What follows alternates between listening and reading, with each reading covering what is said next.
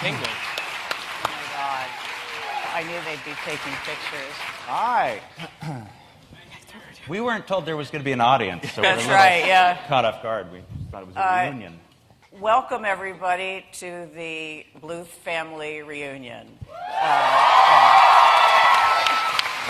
Applause? We're going to applause for you. Applause for me. Okay. Applause for me, too. My name is Nancy Franklin. I'm the TV critic of The New Yorker, and I'm just, like you, freaking out with excitement to have these people here today.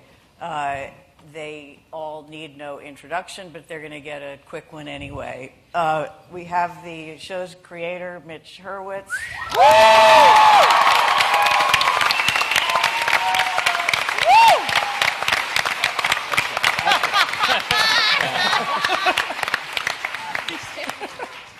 Portia de Rossi.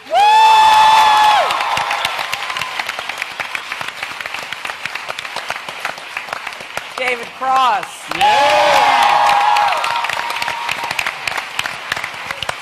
Michael Cera. Jason Bateman. Will Arnett. Jeffrey Tambor. Jessica Walter. Tony Hale. And Alia Showkat. Yeah, baby. Okay. Thanks for coming. Goodbye. So great. Okay. What a treat. Before we get into the meat and potatoes, I have to do a few housekeeping notes here. Subscriptions are going up. Subscriptions they really are, too. Even employee rates are up to $50 now. But enough about me. Okay. I saw some people taking photographs. I would want to be doing the same thing, but we have to ask you not to take photographs. It's Will's request. Yeah. Just don't take photographs of anybody Yeah. else, I guess. But, That was the Just criteria. Will. Just but Will. here's the thing. Some of you are going to do it anyway. Right. Please, though, no flash, okay? So, because it's just distracting. We know you're going to surreptitiously take pictures, but just don't use a flash. But we will be doing it for money outside on the street. That's right. That's right. And other kinds of flashing, it's okay. That's right. That's right. Yeah. Just specifically Yeah, photography. exactly. Right. And, Good housekeeping. Great. Just a distinction. This is going great, Nancy. Great. Just What? power through it. I know. This is fantastic. Wow. If anybody needs a sponsor, No for wonder the it's Dale. sold out in 20 seconds. So the other thing is, since I know you're all going to be tweeting about it, if you plan to use Twitter, please use the hashtag, TNYFest. Oh. TNYFest.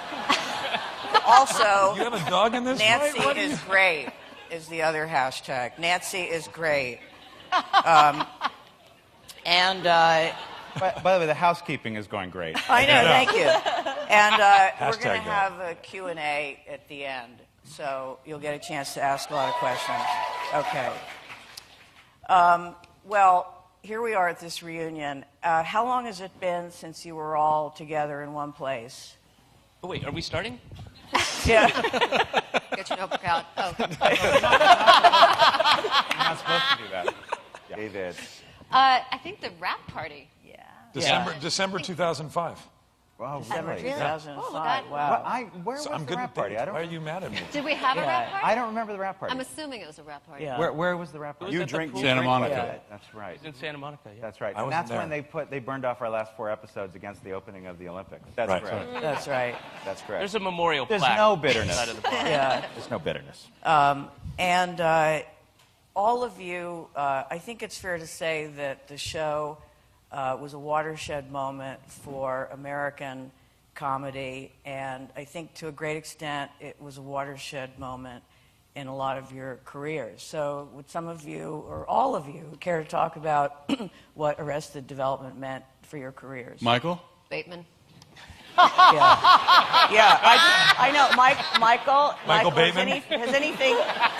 Michael, has anything interesting happened to you since Arrested Development?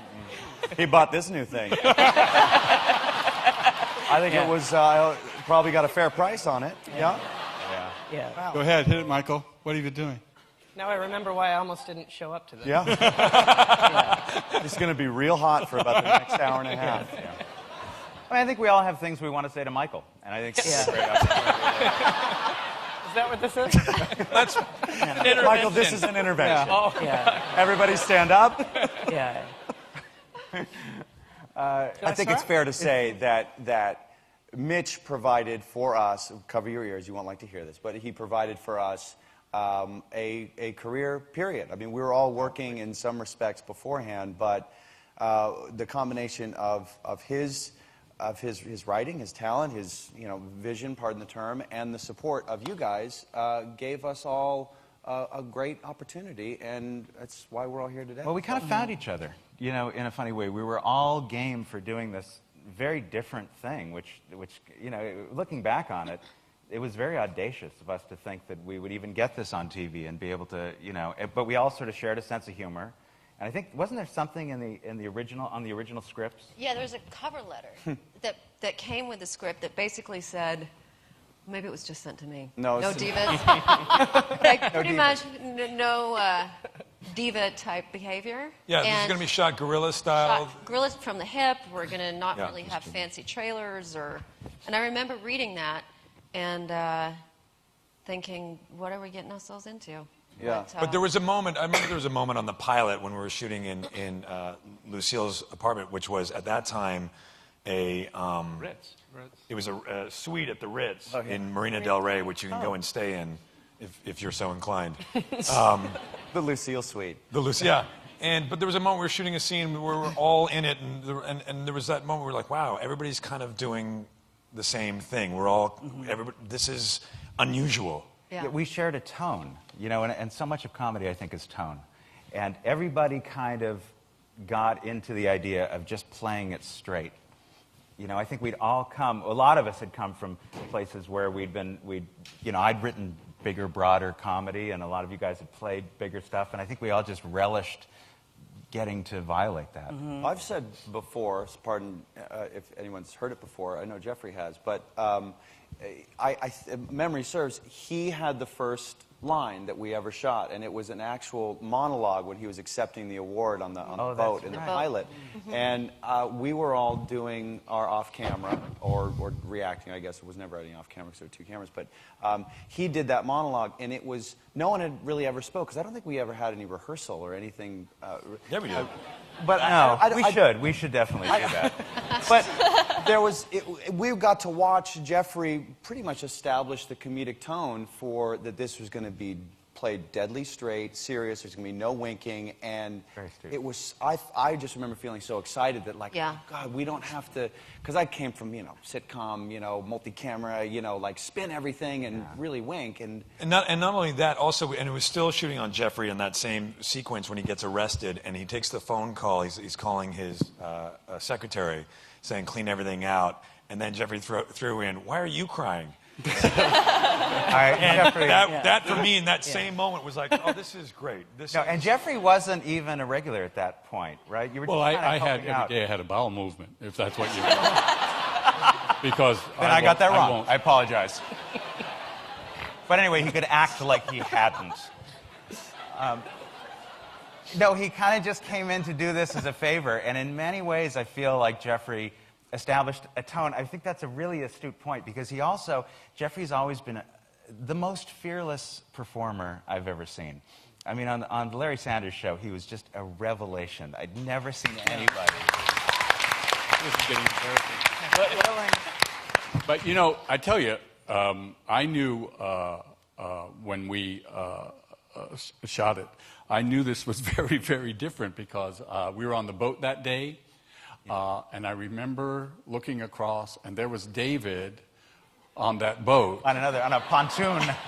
And I said, whatever this is, try and be a part of it. Because I was a day player. I was just asked to come on for the day. Anyway, Well, So, does that mean that you had not worked out the story? I mean, if Jeffrey was a day player at that point, how far had you gotten in the storyline? well, two things about that. First of all, just to finish the thought, I mean, I feel like Jeffrey's fearlessness did kind of, it became the thing that we all followed. We all kind of said, all right, this is going to be about flaws. This is going to be about, that's the humanity we're going to explore. And I really think it created a tone.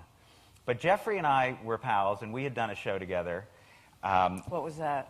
It was called Everything's Relative, with Jill Clayburgh and Eric Schaefer and a guy named Kevin Rahm. It was a very special experience for us. And when I started working on this pilot, I was thinking that he was going to play Tobias. And I had everybody in their 50s. And it was actually, it was Jill Clayburgh who said to me, "Oh, that's horribly depressing." And I really was like, right, why did I think it was all these people in their 50s that just hadn't gotten it together yet? Right. But no, I think at the time we were thinking he'd be in prison, and that would be it, and there would be a new, Godfather, basically, in Right. Michael. But, I mean, it was irresistible to... I think it was during the pilot that you said, okay, I'm in. I watched these guys, and I watched this entire cast, and I said, "Oh, this is a trick. I got to get here." So. Same thing happened with David, actually. Yeah, David did the same thing. Yeah, where he denies this, but my recollection is that I called David Cross early in the casting process and said, any part you want at all. Just Michael would be great for you, I think. And you zeroed in on Tobias. Yeah. As I remember it, it was... It's after your fourth callback. They, or at least the information I got was specifically you guys were having a real tough time casting Job. That was, you guys had seen a lot of people, and when I look at Job, also Buster, but that was the one, at least that came from my... I think this was right after we had cast Will Arnett. Yeah. You're getting your timeline. Or was it backwards? Let's get back to the housekeeping. Yeah, you guys have to pick up after you leave. Yeah. It's a little housekeeping. But I had to, because I immediately got the sense of Tobias and knew exactly what I wanted it to be, but I had to fight for the mustache. That was a big fight with Fox. Was that a real mustache? No, but thank you. It still isn't. Yeah. No, But remember, because apparently Gail Berman had the standing rule that there were no hats or mustaches allowed. It was rule of three. No hat for guys. Yeah. She had 3 for women, too. But for comedy, specifically for comedy rules, for guys, no hats, no mustaches, and no... Couplings. So fluffy shirts. Bracelets. Seriously, fluffy shirts or some, I can't remember how it was. Cuffs. Blousy cuffs. Yeah. Blousy cuffs. Right. Blousy cuffs. Everybody knows that. That makes Amazing. sense. That one makes My sense. favorite rock I'm down with band. that, Bla- Blousy But cuffs. Blousy cuffs They tried was one a on vaudevillian, and he did... All right, never mind. Now, But remember, we had to shoot it twice because there was somebody on the set. I think it was Susanna Makos who said, "Gail's not going to go for this." And I had to say, "All right." And we were shooting on the boat. It was 6 a.m. But there were calls back and forth. I'm like, what are you talking about? We're shooting. We're shooting now on a boat. Yeah, and there were calls. And So we did have another take where David played the same thing but without the mustache, and sort of purposely, maybe half as funny. Yeah. right. But then we got like somebody ran in and I just talked to Tracy Katsky and we've got the go ahead for the mustache as long as it's not this bushy. It can't be bigger than this. Like at 7 a.m. Like these calls going back and forth. Okay, we got the okay for the mustache. The greatest thing about about David's mustache was for the entire run of the series. My recollection on working on the show, and everybody else can back me up on this. Is a million conversations with David where he was laughing or he was like indignant about something. It would be David coming and going, "Listen, I just saw the craziest thing out there," and he's holding it so. Laughing like a polite Asian woman. Oh.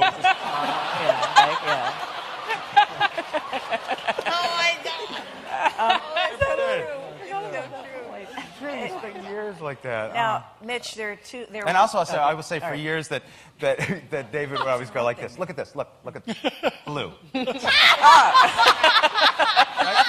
get the blue out. Yeah. Yeah. 3 showers. Yeah. It's still probably in there.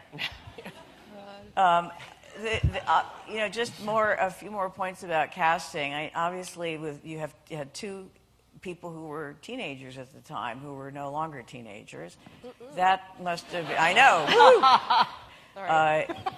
That's has to be a difficult thing to cast. What were you looking? Had you seen Alia and Michael and other things? I What actually were you hadn't looking for? seen Alia. Yeah. I saw a picture of you for that other project that I was Oh, casting yeah. at the time. And I loved your look, but I had no idea whether she would be right. And Michael, I have to confess that I did see him in a pilot, even though I really want to just take credit for how good he is and everything. And he was already, so excellent.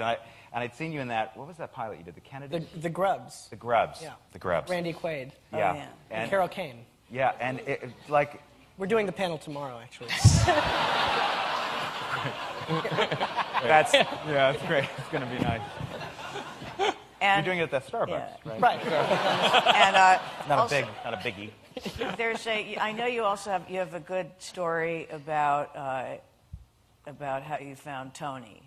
Yes. Wait, what was it? Well, first on Michael, I will say. yeah. Oh no, I found Tony in my bushes for some reason.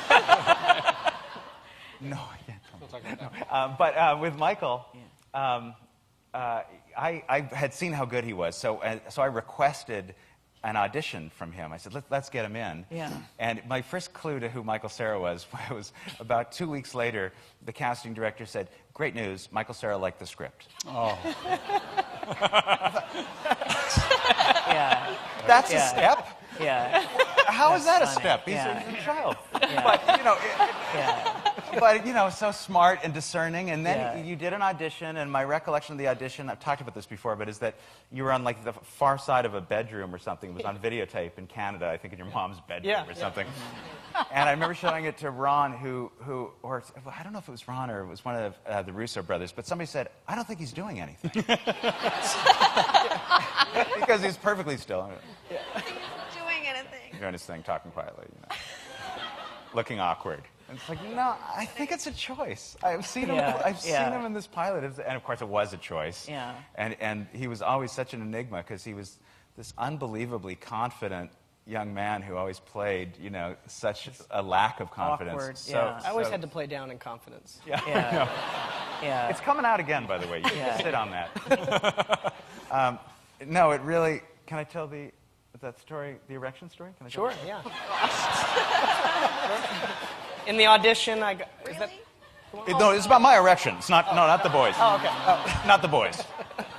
We I've so missed this. we I really had have. to do a scene where he was in the back seat of a car, and the idea was he was so awkward to be around his cousin in such close proximity as he was going through, his adolescence. And his father said at one point, or I think you said it's we're ass to ankles back here. Quite a very. I think that was when you came up with. Hey, we're ass to ankles back here. Could you? Is that a Canadian phrase? Is that you said a lot? David just came Oh, up it was with David. Yeah. But anyway, so then they said, Michael, would you, or maybe why don't you sit on your cousin's lap?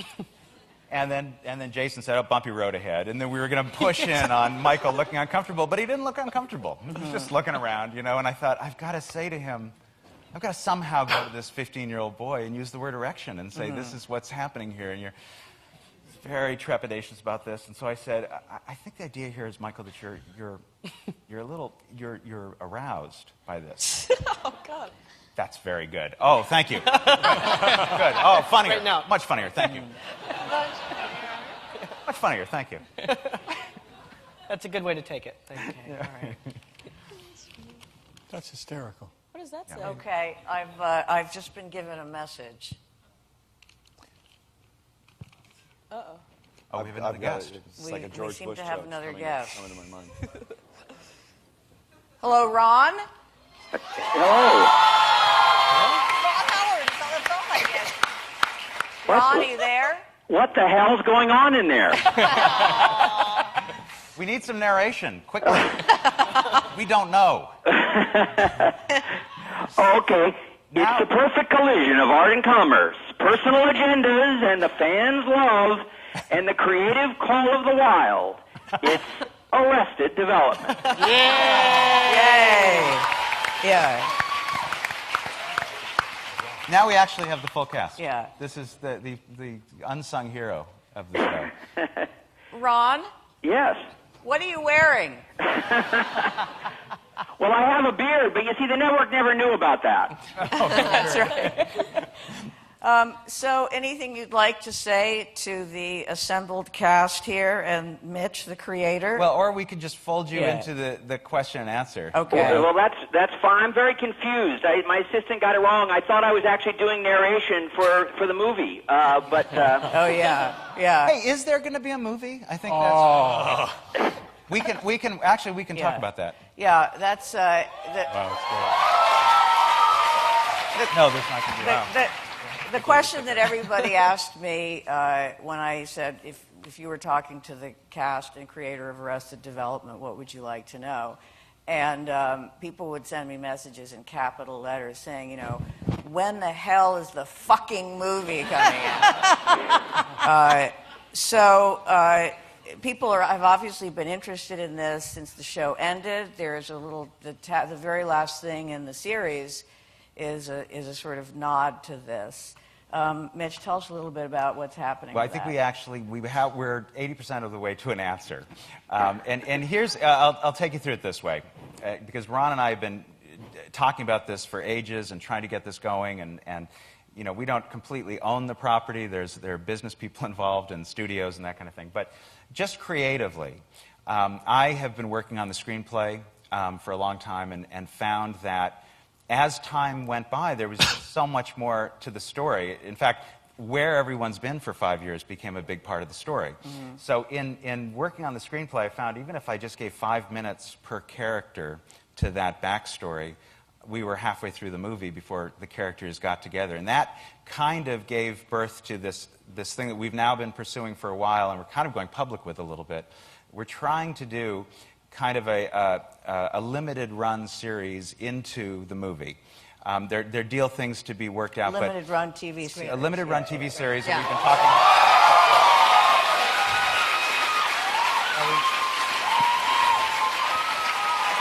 about. Of the Carol Kane thing. Of the thing Michael did with Carol Kane. That's what we were. But the idea is it's a very unconventional approach to it, because we're basically hoping to do 9 or 10 episodes with almost one character per episode, where like the first episode will just be Buster. Great idea. Right. And you know, we're kind of picturing like the latest joke we have is that, you know, it's Cambridge, Massachusetts, and there's all these scientists in lab coats, and they're waiting for somebody. Buster comes through the doors in a white lab coat. You know, let's begin. And they say, "Oh no, you don't get to wear the lab coat. We're experimenting on it." Naturally. Give us a taste of what taking that lab coat off will look like. And we go through his life, and we meet the people in his life, and maybe he goes to see his therapist, who's been, you know, he's getting a good rate on because it's Tobias, and he lost his license. And so we can do crossovers and things like that. But it's an unusual style of show, I think. And we get him to a certain point of peril in his life, and then maybe we jump over to, you know, maybe. And she's living with Cornel West. Of course she is. Right.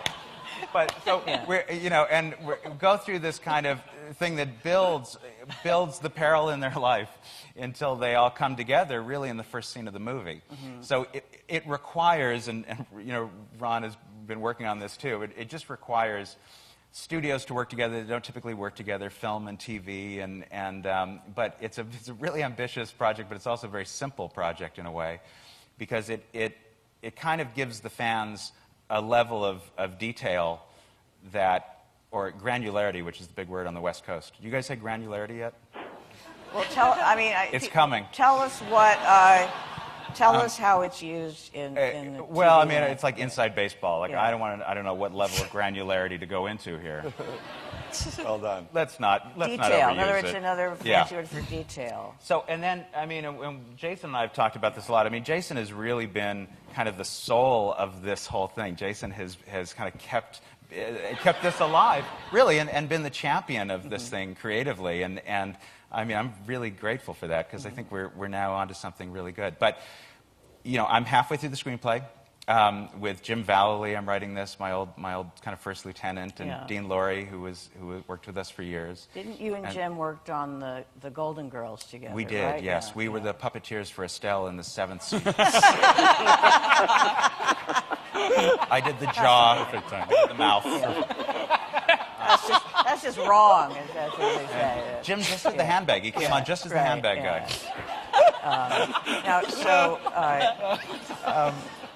But I have to really have to say, like, I mean, and we've talked about this. The cast has talked about this. I mean, I think we're all game. We've hated being coy.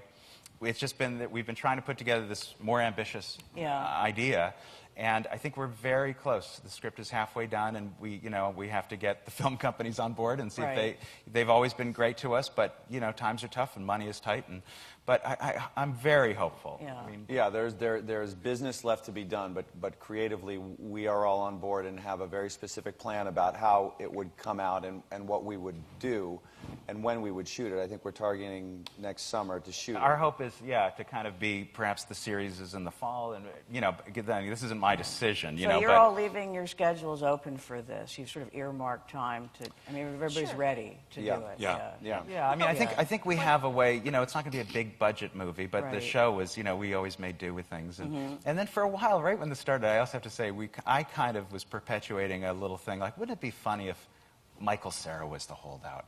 Let's put that out there and see. and Michael was kind of, had that Andy Kaufman thing of like, let's make people think, and then it really turned ugly very quickly. So it really, I just have to say, for those of you that really have been following this saga, Michael's always been great and always been game and everything.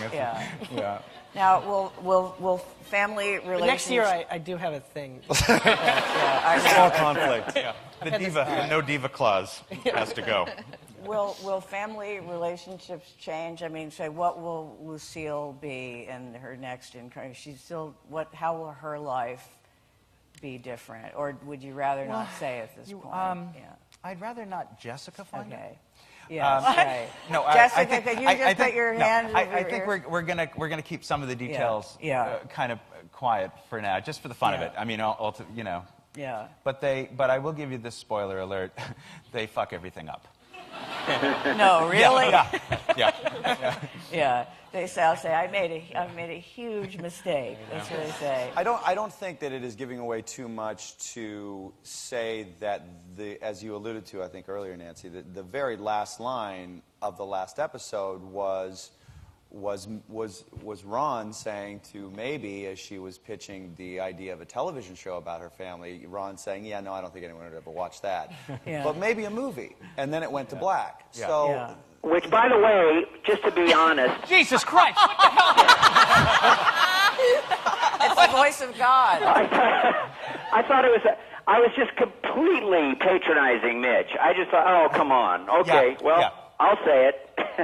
I know. Well, it was kind of a masterstroke to make the most powerful director in Hollywood say, maybe this is a movie. Because he's still an actor. He'll just read it. He'll just say I do anything you want me to do. And I also get to do the narration from any kind. I mean, sometimes I do it from the cab of a truck. Yeah, it's true. He did. I mean, that was going back. That turned out to really be a propitious decision to ask Ron to do that narration, because for so many reasons. I mean, first of all, it's a voice that we've just heard in our life, for such a long time, even as when he was a little boy. It's just such Americana and such a non-judgmental, open quality to Ron in general, but to kind of play that against this family. And I don't know, it was such a great combination for us. Yeah. What now? The TV show there. And Ron, by the way, I also have to say, in case people probably know this, but Ron developed this with me. Yeah, that's what I wanted to ask.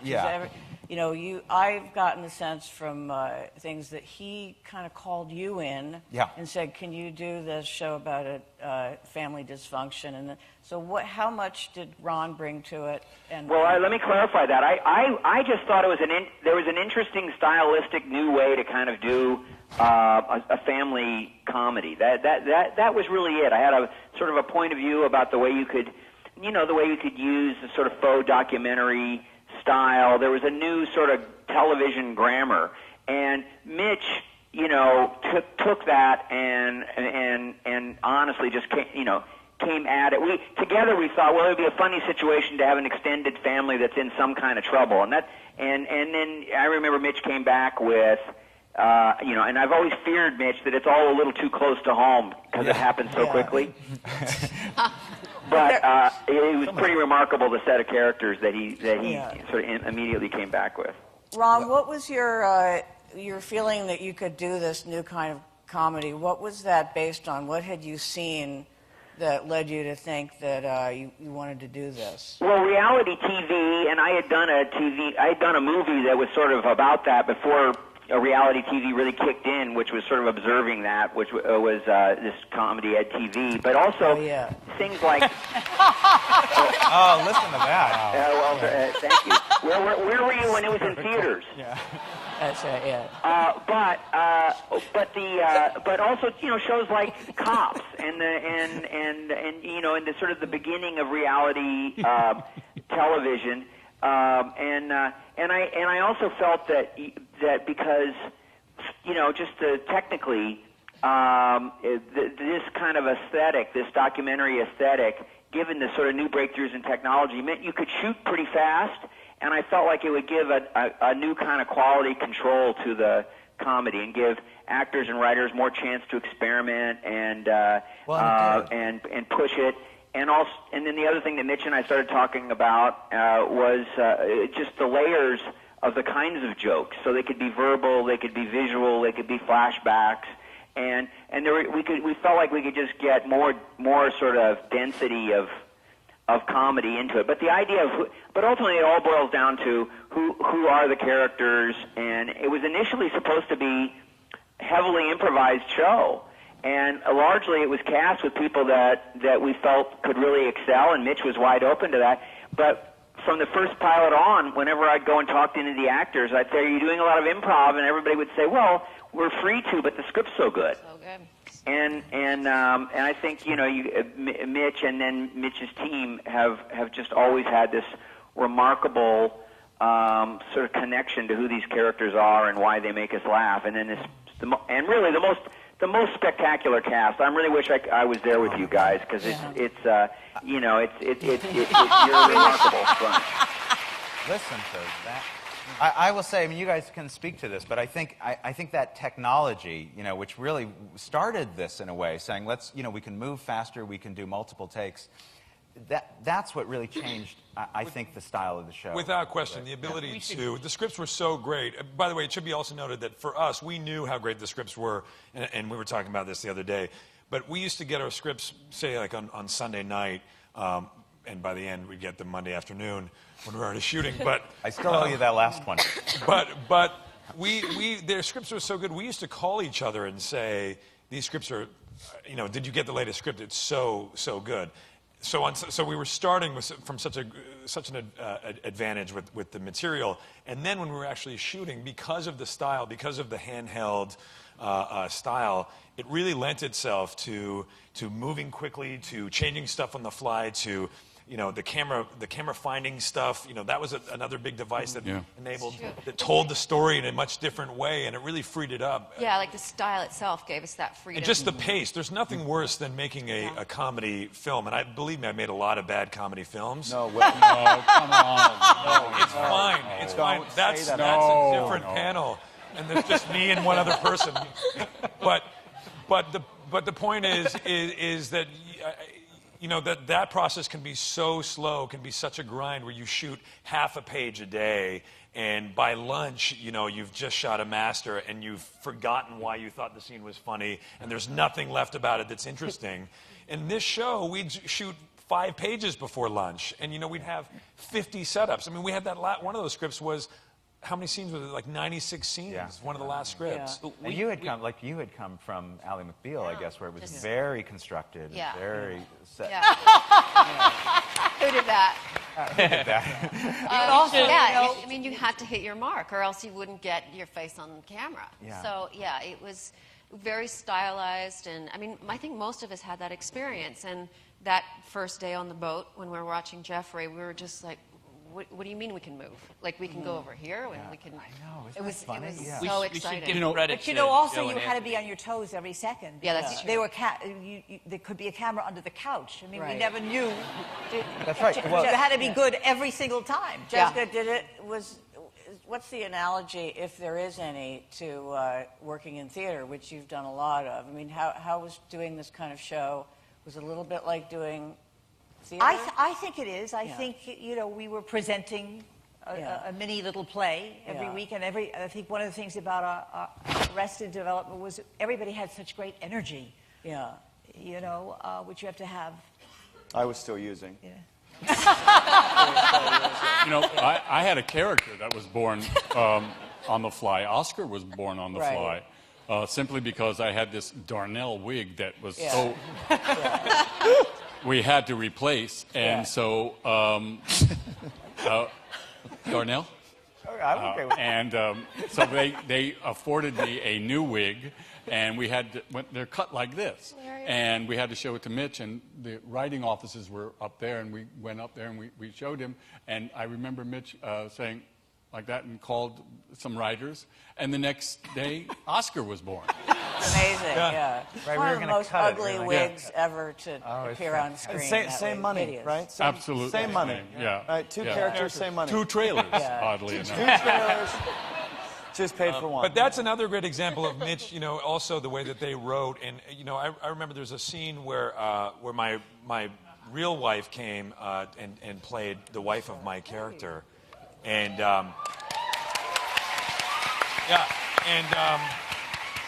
she's no longer with us. Oh. In New York. No, she was here yesterday. She left. Oh, she was. Okay. Oh, for fuck's sake. But Ian's lies, but doctor. but she we had this scene and then it just kind of ended and her character hadn't really been resolved in that episode or going forward, and I remember her saying like, that's it, like there's nothing. And I said, yeah, I know. I went up to Mitch. It was still that first season. I went upstairs to that weird elevator and I said, hey, listen, and Mitch said, yeah. Tell her to hang out for like an hour. And then they wrote that, and Mitch came down and was like, we've got it. And Mitch was like, you're going to shoot in here, and there were like these pages, and it was this whole misunderstanding of, I'm in love with your brother. You're in love with Michael? You're in love with your brother. That whole scene. Yeah, that's right. They wrote it like, on a napkin. Yeah. And it was a great scene, but that was another example of what it was like. It was just all sort of run and gun. Mm-hmm. No guns. And how much, like, say, Tony, how much input did each person have? Like, did you say, no, I wouldn't do this, or I don't want, my character wouldn't do this? I mean, did you play a big part in creating Buster? I don't know. I remember going up to Mitch and asking about Buster, and him saying all Buster wanted in life was safety. Yeah.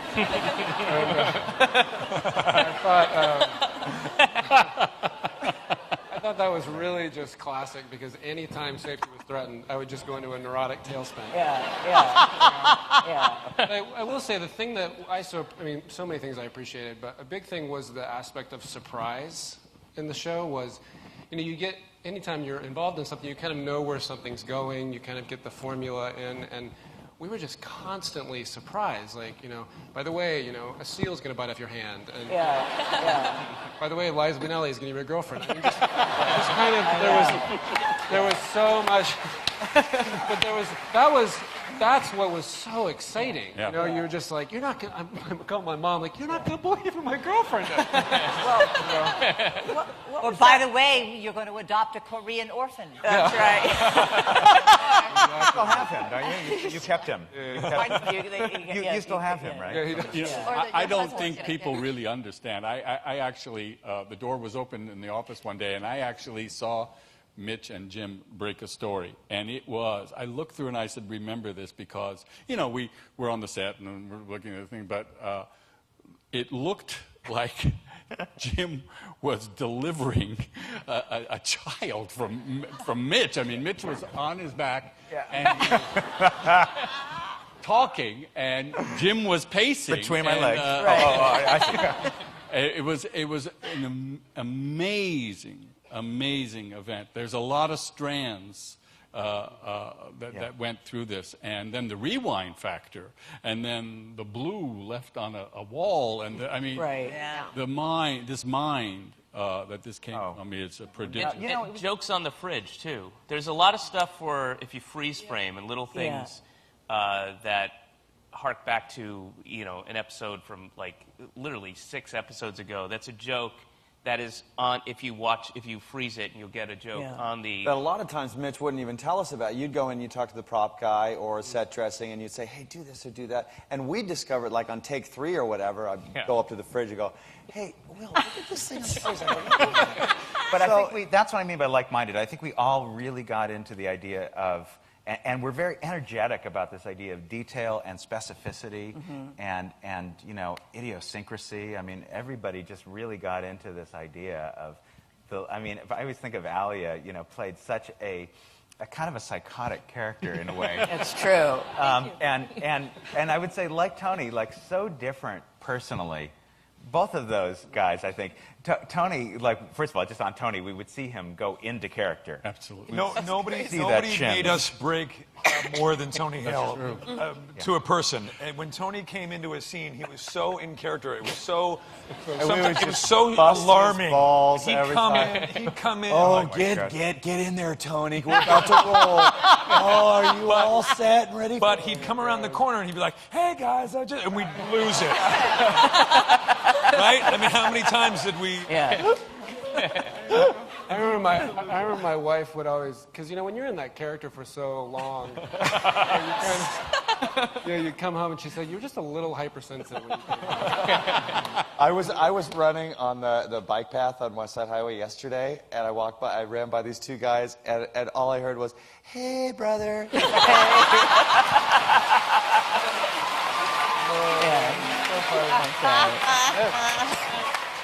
But Alia played this very, very fearless character, and she was so young. I think you were 13 maybe when we did the pilot? Yeah, something like that. And do you remember what you said when I asked you if kissing Michael was your first on-screen kiss? Did I lie to you? Because it was, right? Yeah. Was I trying to act like it wasn't? You said, and everyone's just talking filthy and everything. We're on a boat like sailors, and we're just suddenly this troupe of actors, very comfortable with each other. And she said, "It's my first kiss."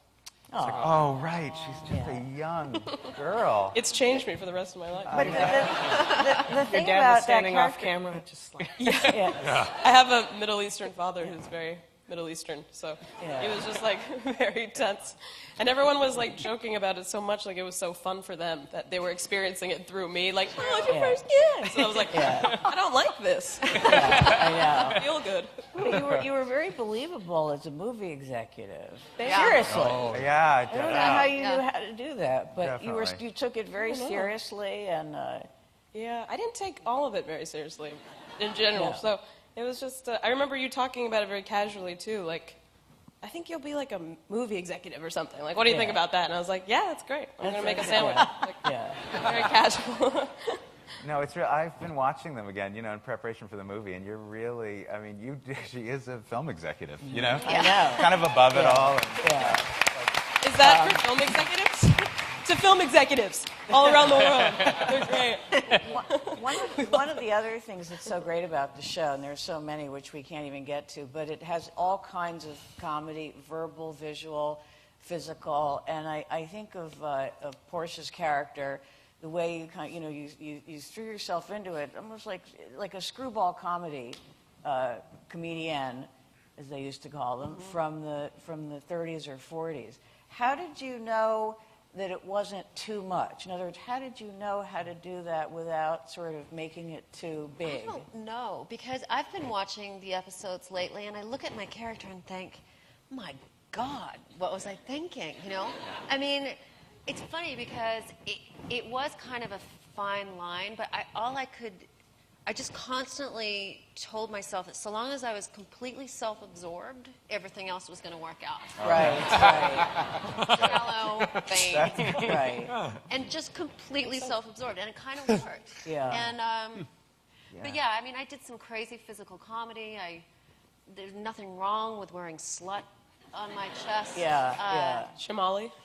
Yeah. Oh, yeah, that's right. And the clothes in the. I didn't get that the first time when we were shooting. Really? I was like, I have to say this. What does this say? You paid great close attention to every character's clothes. I mean, Michael was always wearing the same. The only one who, like, Jason was always like this sort of, L.L. Bean, Brooks Brothers kind of guy. Which, by Michael Jason always had wasn't. these weird, Jason and Michael and David always had these like weird flowery shirts that were kind of not Rain Spooner? very attractive. Rain Spooner shirts. I actually grew up wearing what Michael wears, which is a California. It's like an inside-out print. Well, then there were the denim cutoffs underneath. The flowers. denim, they never do. I just got these great sort of silk suits, and Jeffrey, God knows you were wearing all kinds of crazy stuff, especially when you were living up in the attic.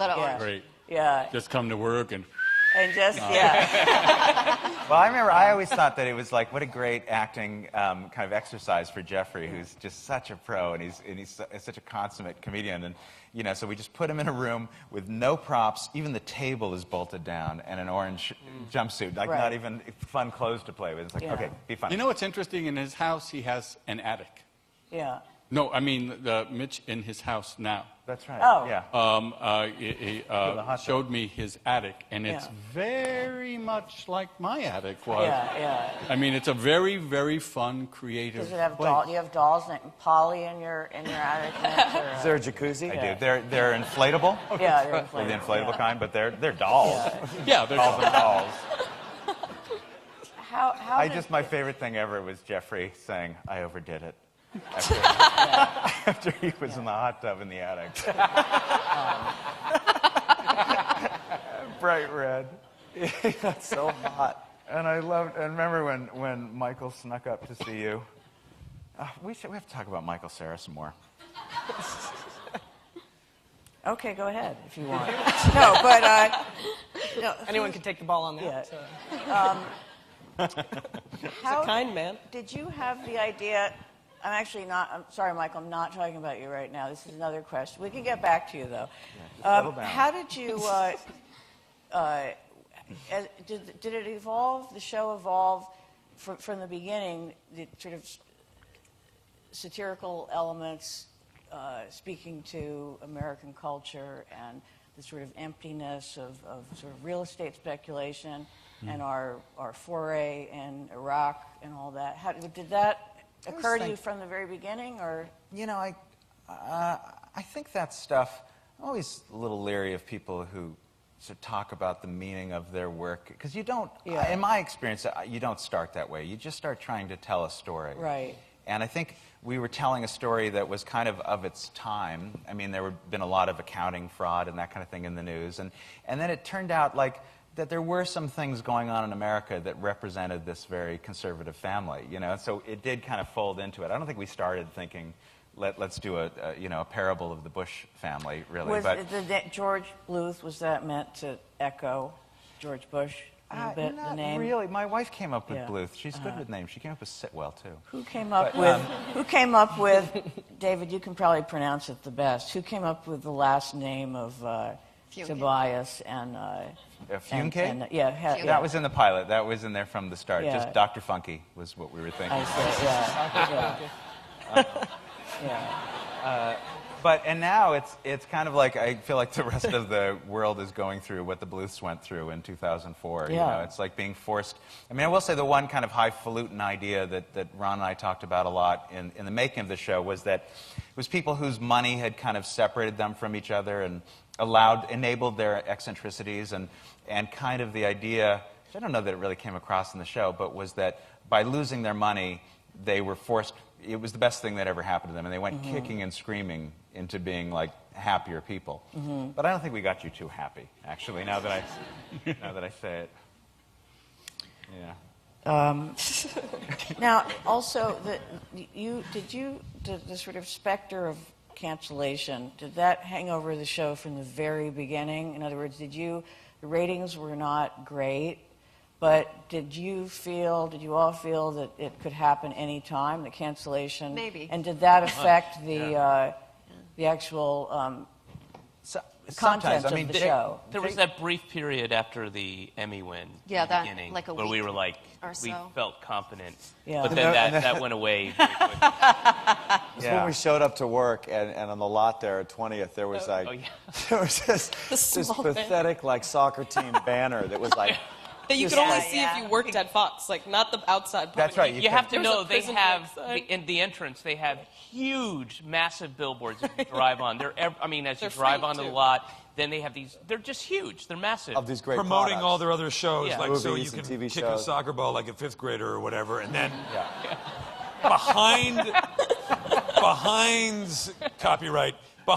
the overhang was the banner, and it was like a banner like that you'd have inside a deli, like grand reopening, under new management, and it was like painted by a 12-year-old. Congratulations on the Emmy. Well, thank you. Oh. Yeah. I mean, we knew it was special from day one, but I think the thought of it being canceled and that kind of hanging over our heads just made us really enjoy every episode. And Yeah, it kept made us us, yeah. insular. Yeah. Yeah. It definitely added to the feeling on set, and Yeah. We kept narrowly averting. I mean, I think some of, I didn't have an expectation that we would stay on the air. Jason, you probably didn't. I mean, we were used to doing shows that do a couple seasons and then go away, or do one season, or. But what was interesting is that the density of your writing and the rest of your staff was such that this was in the advent of the DVR, and everyone was able to pause stuff. So I think for the new technology, but we didn't actually remember. We were almost right before it. Yeah, very quickly. I think the audience. I mean, you guys could attest to this. That I know I did. Will and I think we watched almost every episode. We would a couple of times, and we're big narcissists. We would pause. You pause the show to see fridge stuff or whatever, and so I think people quickly realized, well, I'm better served to watch this show after I've recorded it. I'll watch it, the next day or whatever. And this was before they'd started monitoring those views and crediting the year before. show. Yeah, just the year when we were before. canceled, it was the year before they switched over to. Incorporating DVR. Yeah. It was also the year before they started. Nielsen started counting college campuses. Oh, And that was always considered. Bad time. DVDs, I think people thought, well, I can just wait until the DVD comes out at the end of the year, and then I can watch like 3 in a row, and it's only going to take me an hour. Yeah. Because remember that first season, I think it was only 20-minute episodes because of this one. Oh, it always was 20 minutes. Yeah, 20. It's always 20. But didn't we 21, have to 22. shrink some of our content We for a did. give back on another? Anyway. We did. We had to cut 30 seconds off between season 2 and season 3. Anyway, it was It was hard. I mean, it sounds like a little thing, but it was so much material we were trying to pack in, and so many great performances, and it was just that. But was I think hard. that may have been, you tell me, it may have been in your mind what this show may be best served in a dark room, in a movie theater, where the only light is that screen, and there's no distraction of a phone or a fridge, and so you can appreciate perhaps the minutia that you were putting in there, and therefore maybe the idea of the movie started. Yeah, I think a lot so. I earlier. mean, I also think that it was just audacious. I think we just got into the idea of just making this very dense show with a lot of comedy, and we were doing call forwards. We were setting up Saddam's house, things that you really couldn't even appreciate in the time, just almost as an experiment on somebody else's dime. Yeah. And it was a dime. But Hey, Ron. Ron. Hey, Ron. But one, because I was always here or there working on something else and doing this narration, I felt like I was the luckiest guy because I loved the show, and I was sort of the first one to get to really see it start to finish because I'd get there'd be a rough version of it that I would lay the narration down, and then there'd be some re-editing and rewriting of the narration, and then I would do it again. But that was really my contact with the show, so it was sort of as a fan very quickly. But secondly, people who would show up doing guest shots, whether it's my brother Clint or then Henry Winkler or Eliza, who I knew because before, and people would come and call me and just say there's this most remarkable experience happening over there, and I think that is one of those sort of intangible things that kept the show on in a way as long as it was. Because even the execs, everybody involved knew there was something pretty remarkable there and something sort of worth fighting for. But also certainly it was registering. It was registering on screen, and it was really something exciting. And it's I've never experienced anything like the way fans have hung on to the show and kept talking about it, kept viewing it, kept clamoring for more, and that kind of thing. It's absolutely unique and great. It really is the fans. You guys really kept the show on the air much longer than it probably had a right to. And the critics too. The support of the critics were really, it's funny because living here in New York, you're out and about a lot, and at least twice a day, somebody I'll see on the street and they'll quote a line. They remember lines. That's it's amazing. Incredible. And of course, it went off the air 5.5 years ago. But they're watching the DVDs. DVDs. Are out there. Yeah, and the DVDs but I'll bet that happens less sold, to you, Michael. I'll bet you you're more known just because you've grown up with your audience. I'll bet you people don't stop you about Arrested as much as they do like Superbad. People yell George Michael at me a lot. Yeah, a lot. And you say, sorry. What do you say? And the DVDs have done well financially, right? I mean, they've sold well. Right? I don't know. I mean, it seems like they. How many people here have copies of the DVDs, for example? Yeah. So, they keep those numbers kind of close to the vest, but we, just anecdotally, we go onto Amazon.com and check the rank, and it does seem like at Christmas time it really spikes up into the top 3 because people are coming home from college and discovering it. But all of this, I have to say, is just such a gift to us because I think we early on figured out, okay, we're just doing this for us in a way. I mean, we just all felt really fortunate to be able to do this comedy and never thought. It's almost like, putting a note in a bottle and like 3 years later the note comes back and it says, ha ha. Like, the joke. The joke. They got the joke. And it's so rare in this TV landscape now, too, to have a show that's lasted this long in people's minds. Because, I mean, things come and go so fast. Yeah. So, yeah. Jason, you just getting back to sort of what it was like to be in the show, play these characters. This was obviously a big departure for you. You'd been in all these shows. You'd been in shows as a kid. Did you have any trepidation about playing this character? You're sort of, and also that you're the normal one. Did that seem?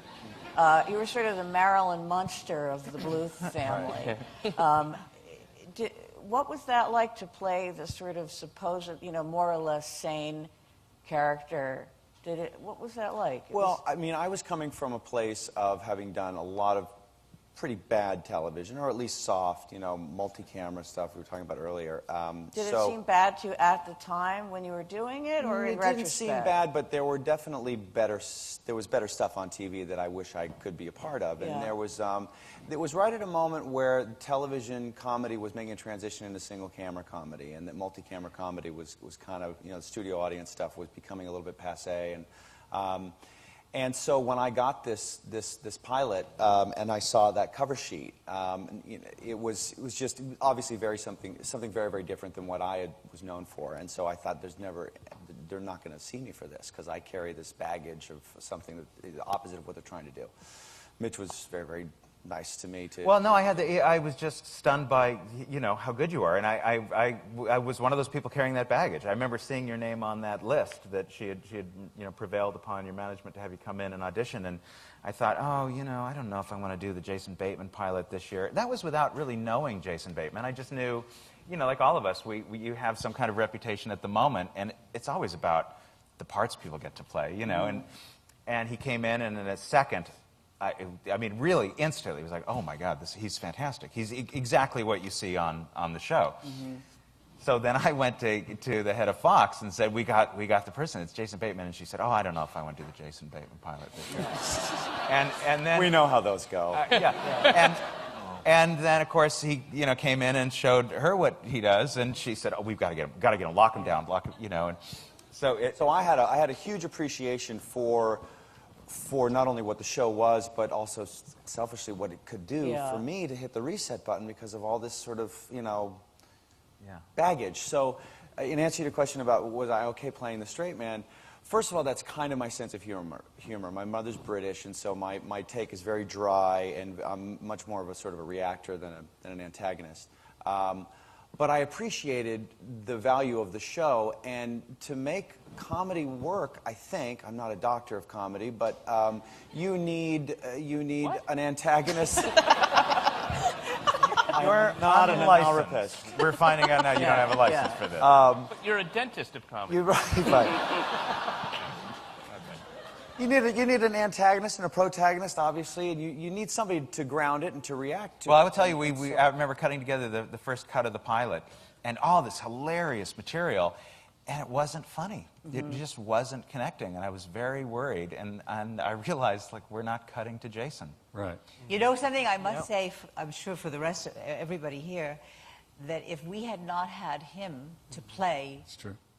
To play off of the satellite, we were the satellite around him, it wouldn't have worked. Yeah, and with a lesser person. I was trying to be you guys, the people observing this craziness, and then it affords, I guess, the writing staff to take those characters as eccentric as you wanted, as long as you had somebody to tether it to. And I never really thought of Jason really as the straight man either. I mean, No. Jason, Here comes something hurtful. No. I didn't say. Let me just say, I've never thought of him as a straight man. But my point is that what Jason did, just to echo what Jessica was saying, what Jason did was so hard and multi-layered because not only was he dealing with everybody, but he had a different relationship with each character that was very specific to each character. And he brought that in every single take. And even within the take, if he was dealing with different people, it was so difficult. He was, plate spinning, basically. And he was so fantastically excellent. Reacting is a big part of comedy. I mean, it's Jack Benny, and that it's an unusual gift to be able to be funny in stillness. And you never forgot that he loved his son. Yeah. And that was the thing that was so... But he did, but he... Well, that's that straight man thing. Yes, but the great thing is that it wasn't a one-dimensional love, that you were also occasionally a jerk to the son. You lied to him, so it was sort of believable. Because that's what... I was not a perfect father. Right, yeah. You were not a perfect father. We you made were it a good through, father. didn't Yeah. Here we are. Years later. Will, you played a real jerk on the show. You think so? Yeah. He doesn't. Yeah. He doesn't know that. No, he doesn't know that. Very sensitive. Oh, I saw that jerk. I know what you mean. Yeah. That seems like, is that the most fun kind of part to play, or? I'm going to make you say it. I know. Right. Are you a jerk in real life? No. Right, there it is. Are you? I mean, is that? No. Is that sort of the most fun? Because you've done other roles like this. That's sort of what you consider sort of the most fun to do. That kind of character. Honestly, first of all, I never thought that Job was a jerk. But he was just completely out of touch with reality in every way. Well, like everybody on the show, except for he was. Jason. What Will played too was incredible vulnerability. Yeah. I mean, I think that's what's striking to me as I rewatch the shows, because you remember the magic act and all that stuff. Yeah. No, illusions. Illusions. But to see him, deal with Jeffrey when Jeffrey says, "Not you. I don't want you around here." Just watch him fall apart. I always thought that Job's main objective was all he wanted was the love of his brother and his father. Yeah. And he knew that he wasn't going to get the love of his mother. That was gone. Given. And that's. But he didn't seem to really. She didn't have any left. All she gave to Buster. Yeah. Right. And he was kind of jealous that George Michael had showed up and to distract him from his brother's attention. Yeah. It was very clear from the start that when Will went in and read for the network, oh my God, there were probably 5 guys left that needed to go in after. Will was done with his audition. And as soon as Will finished his audition, he walked out of the audition room, and all the network executives followed right out after him. They didn't need to see anybody else, and they walked right back to their offices. And all those 5 actors stood up with their sides ready to go in and watched everybody just leave the room. And they said, "Oh, I guess Ryan Gosling, Brad Pitt, Leonardo DiCaprio." Yep. Yeah, it's true.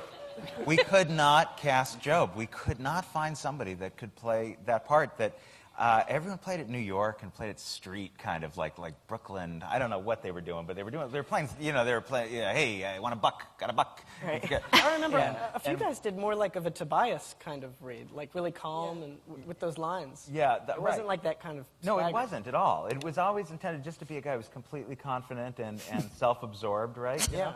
And Will came in. It was just unbelievably great. Well, who are your models, if any, in comedy that you are inspired by or draw from? What? What, Jason? I love so many models. Yeah. I know, right? Yeah. No, I mean, let's just talk about your models. I mean, she's going to find out. Let's talk about the models. Got it. Yeah. Just make them up. You know, there were so many. To me, there were so many funny guys that I loved. You know, we talked about Mitch and I share love of Steve Martin and all. You know, and certainly Chevy Chase. There was a time when he was just when I was a kid, thought he was so hilarious. But probably the most influential thing to me was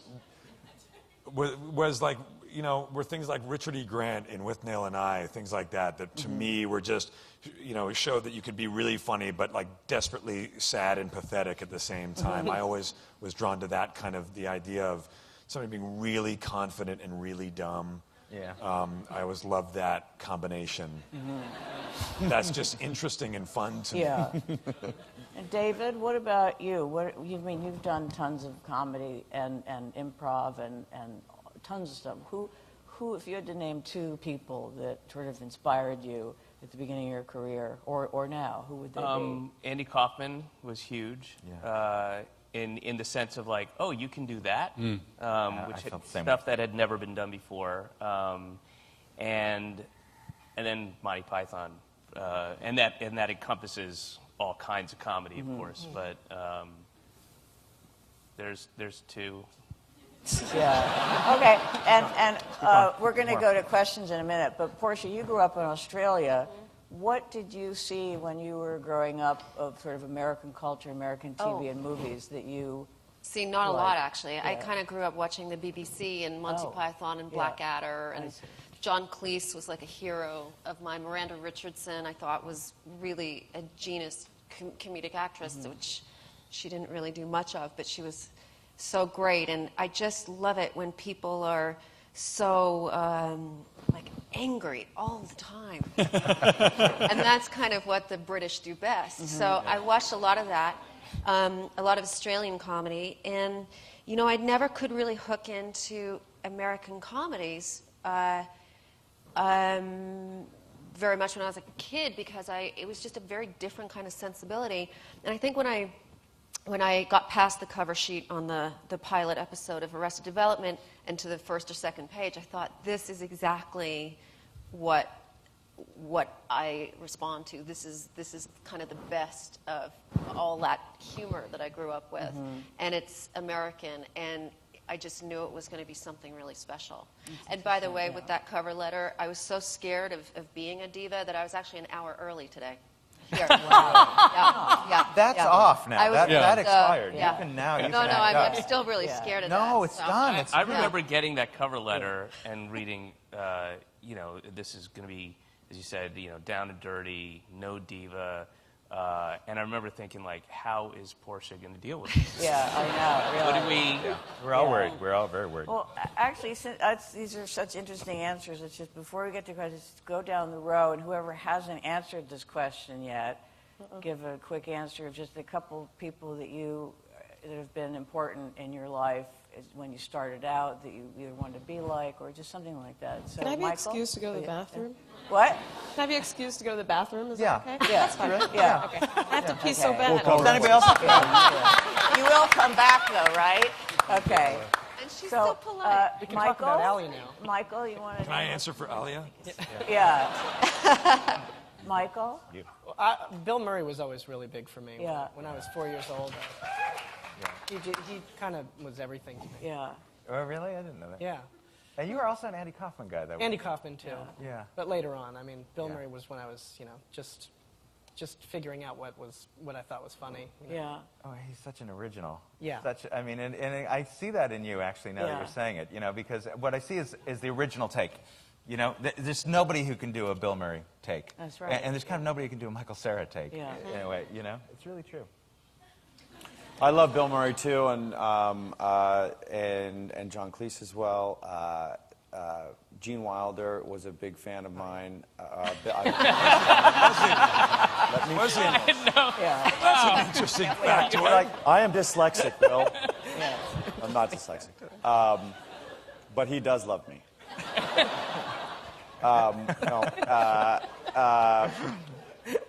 Leslie Nielsen was He loved you. another big fan of mine. I got to go to the bathroom. Go. Jeffrey. You're not going to know these guys. There, one guy was Charles Lawton. Sure. Charles Lawton. Oh, you don't know Charles. You? Yeah.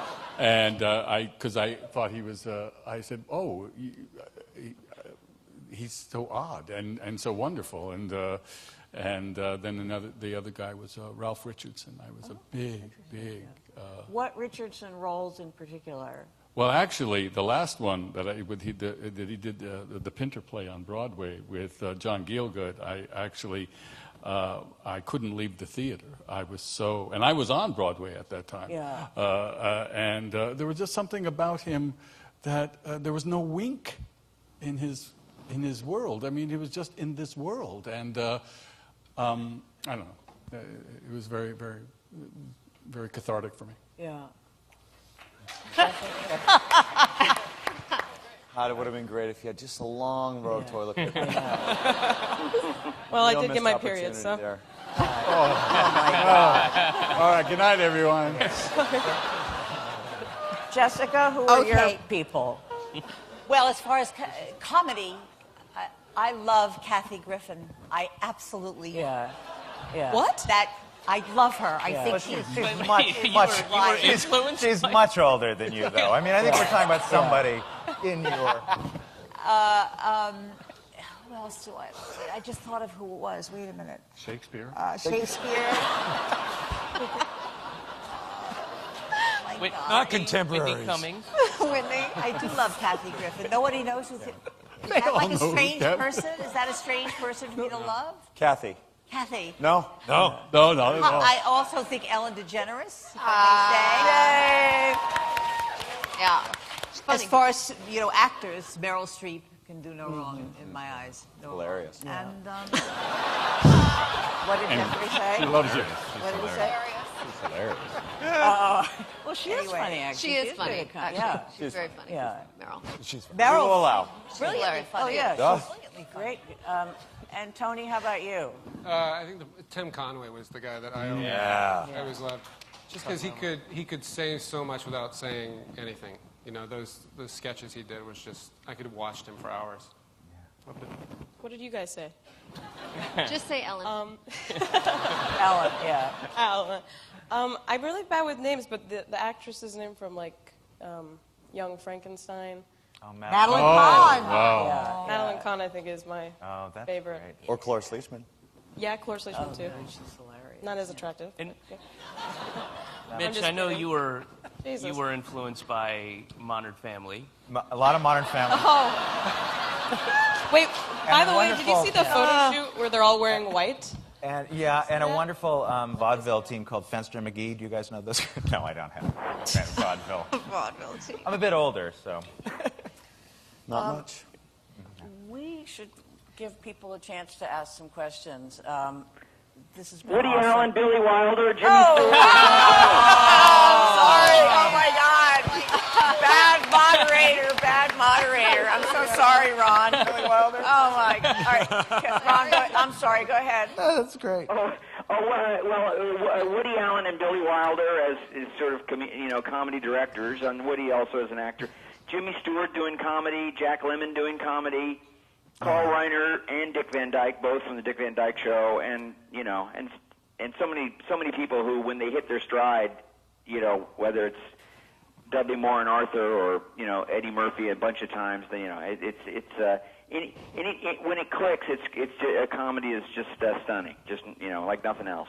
Mm-hmm. But not Madeline Kahn. That's so interesting. Madeline amuses me. Okay, good. Hey, Ron, I just wanted to thank you for sending your second best phone.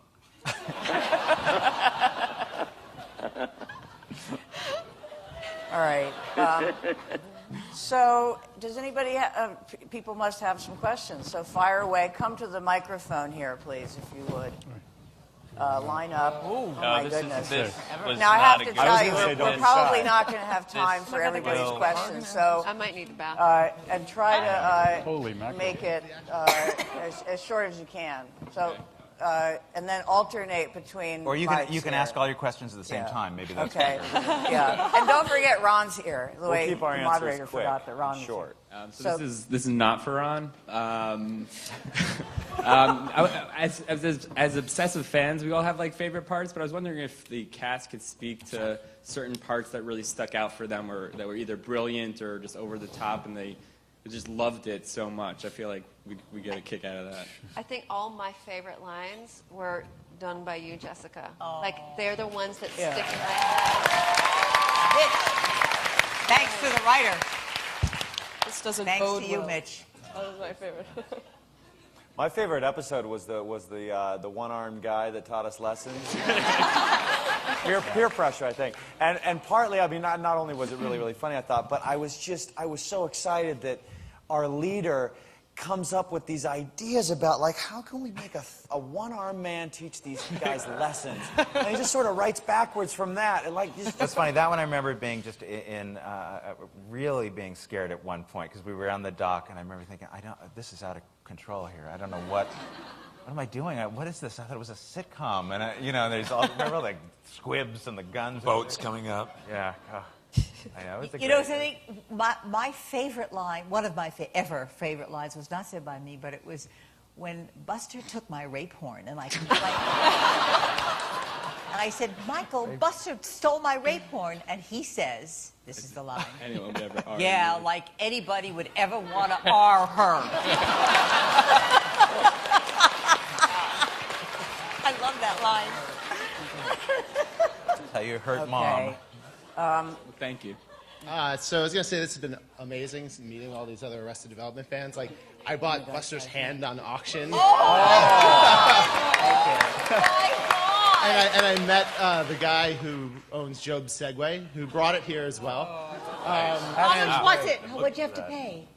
This was $350. Oh, get out of here. Wow. There's a lot of hands, right? There's a lot of hands. How did you keep this thing on? I mean, I actually extended my sleeves so it looked like they were... Don't give away the magic. But my real question also is, how much got cut? Like, you guys, like, these episodes were short, and you had so much amazing material, but, like, how much got cut? I was a little bit in a battle always with the studio, because they were spending so much money on the show, and the show had so many scenes. So, and they were always saying, you got to write less scenes because it gets cut. So I almost made it a mission to not cut any scenes, but cut lots of little things inside the scenes. And it got to a point where, I mean, if you watch the show, like, a phone never rings more than like half a ring. There's a knock on the door and someone answers. There's nobody ever crosses a room. So I think we lost some great lines, but we really never, I don't remember losing any big pieces, unfortunately, for like a DVD set or something. Hi, sorry. Hi. This is a question for Mr. Hurwitz. I had to watch it was part of like a class. We watched the pilot of Everything's Relative. You're kidding. Yeah. No, I'm not kidding. But yeah, and in the pilot, Jeffrey Tambor's character actually does like the awkward back rub that Buster does later in Arrested Development, and I was wondering, I know that everyone like obviously developed their own characters, but I was wondering if there were things like that where more things like that where it was little things that like... Well, yes. I mean, I think you come to something like this and television is so voracious in its appetite for new material that you end up using every joke you've ever known. when I was in high school, my joke was that the car I wanted to buy was the stair car. I remember making that joke as like a 15-year-old, and then like doing the pilot, it's like the stair car, anything, shove it in there. So it may very well have been influenced by that Jeffrey, that big bear, his big bear hands on someone's shoulder. That's so funny. Thanks. Hi, I came all the way from Boston to be here. This really feels like Thanksgiving reunion, so thank you guys for coming together for this. Up in Boston, I discovered a place called the Chipyard. What? Yeah, at Quincy Market, a place called the Chipyard. It's a cookie store that maybe Mitch could tell us a little about. And the reason it fascinated me was because I want to know, that's one of those true things from your past that must have been an inspiration from the show. Yes. What else from your life was real, like Mrs. Featherbottom, perhaps, or anything like that? That was real, and I blew myself for like 2 straight years. So that's impressive. Not just for fun. I mean, not for... the Chipyard, I don't know how to tell the story quickly, but it's just too boring to go into. But basically, my brother and I had a little cookie business that we started when we were like 12 and a half and 13, and it kind of figured into a larger custody battle. Well, I mean, how long can we go? No, Well, sorry. no, But anyway, wait, no, so I spent my yeah. childhood kind of working in this tight little confined space, and that was really the banana stand. And my brother, who is a 50-year-old surgeon, saw the episode where we burned down the banana stand, and he called me and said, "You burned down the Chipyard." Did you? Yeah, and he said, "Does Dad know? Has Dad seen this?" And then he called my father and said, "Hey, Dad, watch Arrested Development tonight, and every time you see banana, think cookie." Very seditious to wait, 35 years and then make fun of the Chipyard. But yeah, it's still there. Actually, there's still my good friend runs it, and the banana. Yeah, he must be a really good friend. Come on. Oh, that's Hi, thank you so much for coming. This is like the reason why I wanted to come to school in New York. It's so cool to see all you guys up here. Anyway, I just wanted to ask, so obviously over the 3 seasons of Arrested Development, there were a ton of guest stars. Which were the guest stars who were the most fun to work with, either because of the character or the actor, and generally, which were the ones that you'd like to see brought back, like with the TV series? I actually loved Bob Loblaw. Do you remember Bob Loblaw? I loved him. I love Martin Short. That episode. The fans did not like, at the time, I don't know if that's changed, but that was our favorite episode, and I think the fans just were... keep a straight face. He was amazing. And the fans at the time were like, "What's going on? We want to see the family." And we gave so much time, screen time to Martin. He was brilliant. Oh, and the whole idea was so brilliant. Henry Winkler was... Henry. Real Yeah. Super nice guy, amazing guy. I like Bob Einstein too. Yeah. Super Dave, who played his voice with the head camera. Right? Yeah. And isn't he Albert Brooks's brother? Yeah. Super Dave. Whose real name is Albert Einstein. Yeah. Michael, you were friends with Mae Whitman? No, you were friends with Whitman. We should all be friends with Mae Whitman. Yeah, she's awesome. And Beale, yeah. Yeah. And Judy Greer. Judy Greer. Oh, Judy Greer was great, Yeah. Because you had that great scene with her early on in the run. Yeah. And hair up, we both, glasses off. she was, Yeah. You remember when she showed her norts? Is that what you're talking about? Her what now? Her norts? I guess I do. I don't know. I have a quick question for Ron. I know you knew Liza Minnelli when you were a little kid because her father, Vincent Minnelli, directed the movie The Courtship of Eddie's Father. Did you maintain a relationship? Which he was in. He was well, in that's Eddie. yes, which you were Eddie. Did you maintain a relationship with her through the years, and is that how you got her to be in the show? How did Liza Minnelli come? Well, she had sort of babysat for me on the, her dad actually, because I was the only kid in that movie, sort of had her come down every once in a while, I think, and hang around, and so every once in a while we would cross paths and just kind of, remember that. Yeah. But no, I didn't really keep up with her, but I did. I think make an initial call once Mitch sort of had this idea of Liza Minnelli being in it. Yeah. And just sort of introduced her to the show, and my recollection is that she already knew the show and thought it was hilarious, and it was she was really thrilled to be in it. But I did a little recruiting, and it was based a little bit on our past relationship, but I think the part and the show and her own sense of humor about herself and sort of just her own understanding about comedy, just led her to want to do it. Yeah, she was amazing in that. I know, she's such a good sport. Thanks, Ron. Okay, there's another question here. Over there. Okay, yeah. I didn't really have a question. I just wanted you all to look at me. No, I do have a question. This is our key. Even our fans are funny. Thanks. Our fans are funny, Pretty awesome. yeah. I was just wondering, with the looming threat of the cancellation, because to me the series wrapped up so well in like this neat little bow with like Anyan coming back, and then with Job and Anne on the boat, and just everything wrapped up so perfectly to me. How far in advance did you kind of create that he was going to come back and that he was going to take everyone down, and that we had certain things like that I you wanted to always, plant, and I wanted, but I didn't have it worked out. I just kind of thought, well, we might need this at some point, and there were still a lot of things, by the way, that we set up that we didn't pay off. That I'm waiting for. That I'll try to dig back up for the movie, but that was, I remember getting the call from the network president at the time. And it's a hard call for them to make, but it's a corporate decision that they're not going to go forward with the show. But in this case, it was, listen, Stacked is coming on.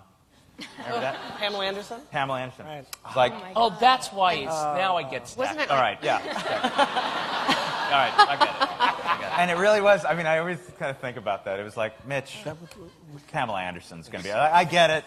We'll clear out. Wow. But we still had 5 more episodes to make. And they were so hard. Every one of them was so hard to make. And then we added to it that level of difficulty to wrap everything up. But I will say the gift of that was we were at an episode. I'd been trying to break a story for weeks. It was the Andy Richter show. And it just did not have a point of view. And it really bothered me. It was just a bunch of stuff. So that was the one we started talking about Showtime and HBO and all those inside jokes about Save the Show and everything. So I was kind of grateful for at least helping that episode. Mm-hmm. Great looking at you. Hi. This is a question for everybody, I guess, for the writing and the acting. You guys talked a lot about the depth of comedy and how the technology sort of lent itself to that, and a lot about sort of the future, and you talked about this exciting new format of TV into a movie, and I was wondering what else you had in your minds about... what other innovations you had in your minds as far as like letting us enjoy the show with you. As someone who owns all the DVDs and I've seen every episode. Like how to continue times. The life of it, sort of? Yeah, and also just what you would think about that might allow us, what kind of format or what kind of innovation you might, if any, that you're thinking of that would lend itself to our participation and also our enjoyment of, you talked about, Jason talked about the pausing and all of that. And I do that. We'll see. We don't know where the episodes are going to be for you to watch them. Right. But without getting into specifics, I'm sure you guys can imagine that there are ways to distribute those where you can be a bit more participatory. Right. The new episodes. Do you think about interaction at all with your fans? That's 2 questions. Sorry, I didn't mean... And we're not... Seriously, we only have 10 minutes left. Sorry. But it kind of answers the question that we're not open to interaction. I think that really makes that point. At least I'm not. Thank you. Sorry. I was kind of wondering, what was interesting to me when you guys were talking mostly about the writing was that you're saying how much of it was on the fly and how much you were open to changing things and being creative with it. Whereas when I sit and watch it, even a level beyond, pausing it, I've watched every episode a billion times, and you always find new jokes that you're like, oh, I never noticed that was there. So clearly there was a lot of attention to detail and, layering. How did you balance between being creative and being flexible and being able to, still stack every joke 15 layers deep so that you can watch it 50 times? I would say, every creative... I have to run to the bathroom. Do not answer that yet. Okay.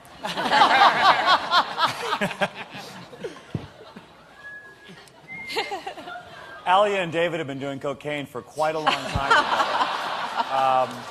He They're had trying some. to dial it down, but they don't have a handle on it yet. It's such a thoughtful question. I mean, I think the answer to it is that every creative thing you go into just kind of emerges as its own. It develops its own style, and I think one of the reasons we did less improv, although there's a lot of improv in the show, but one of the reasons we didn't do too much of it is because there was so much story that we had to get to, that Michael Cera would have to say a joke, but that also said where he was going in that afternoon, and that he don't tell somebody else, and so it was very tight that way. But I think a lot of the improvisational feel of it came from the performances and the technology of shooting things a number of times, and these guys really found like depth to everything they said. But enriched it. But at the same time, though, I will say the way that Mitch writes, and I know this is that when he says that we didn't have a story, we didn't have a point of view, he's always thinking about the big picture. There are literally files that pages and pages of story and what he wants to have happen with the characters. And also he keeps it, in his mind. He's always thinking about the big picture, so that when something does come up, like the example that I gave, he's like, yeah, oh, that makes sense, because I already have this piece and this piece. This is something that I've been thinking about doing.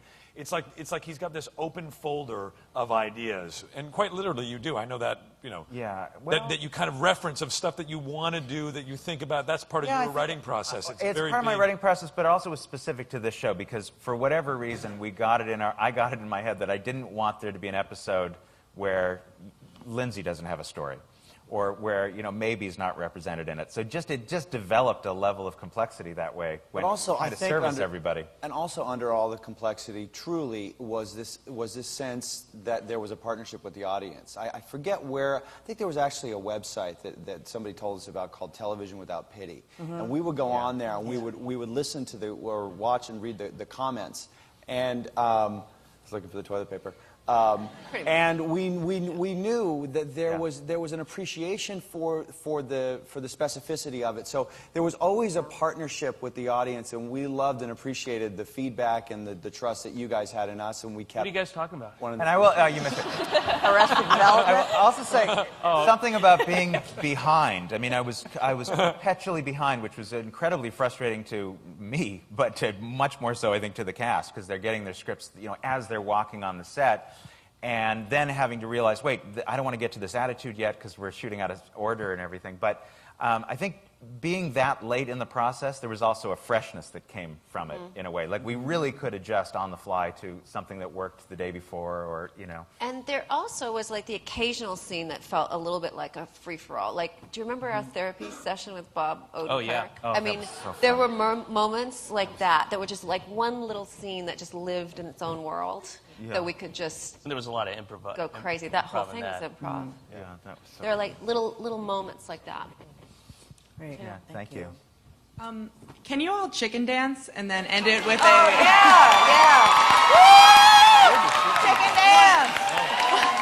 No, you do. You're the Wait, guy. I have one stipulation. At the end, Will, can you end it with club sauce? Again, that's falling under your 2 rule. That's 2. Oh yeah, get the hell out of Chicken here. dance. No, but I think Chicken that's dance. the question we're all thinking. I mean, it was the question we all wanted to ask. Would you guys? Why don't we save that for the very, very end? Yeah. That'll be our goodbye. All right. All right. Good question. Thank you. Hi. I've watched the show a lot. To the point where now, to fall asleep at night, I just listen to it. I'll play it on my computer and I'll just listen to it. And that's a fun, new, innovative way to watch it, because you catch little things like Cal Cullen saying they're crooked when he leaves the room about her boobs. Yeah. My question is, I realize after watching it this much that it's meant to be ambiguous, but what do you think the religion of the Bluths is? That's a good question. I think they're anarchists. No, I think they're it actually, I will say a lot of it, I had done an autobiographical show, the other one with Jeffrey, and this one was kind of more about my wife's family, who, some of whom may be here tonight. I don't know. So, but it started, it had a real Gentile vibe to it, and then it kind of got more Jewish. And And I think I that's think why that's straight atheist. Yeah, and right. And I think the name Bluth kind of. I mean, that's just, my wife was the one saying like, we got to find a name that's Jewish but not too Jewish because you just want to have that freedom, you know, comedically.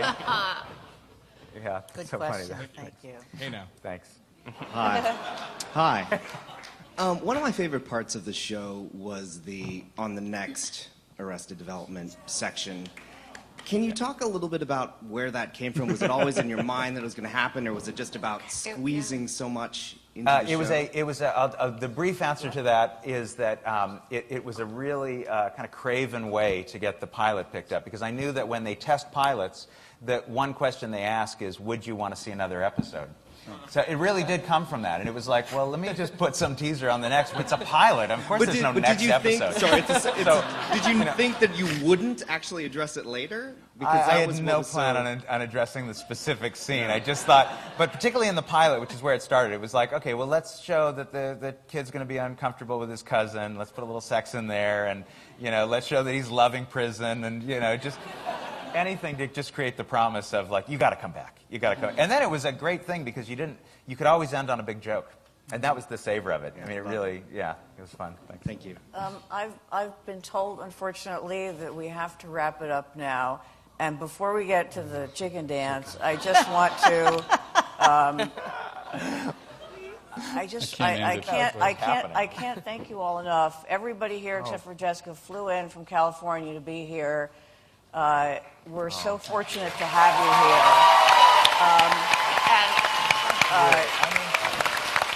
And thank you, Ron.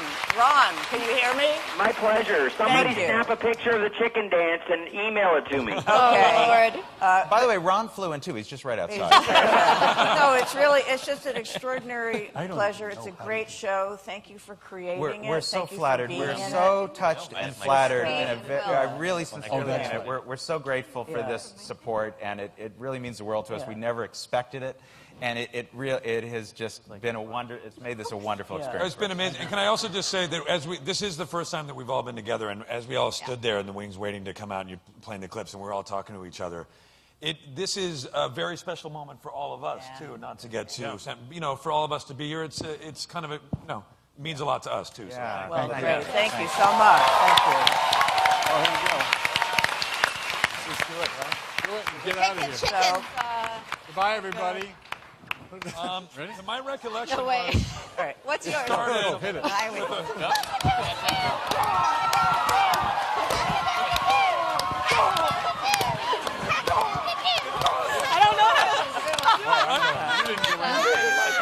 I know. Me too. Thank you. Thanks for coming. Thank you for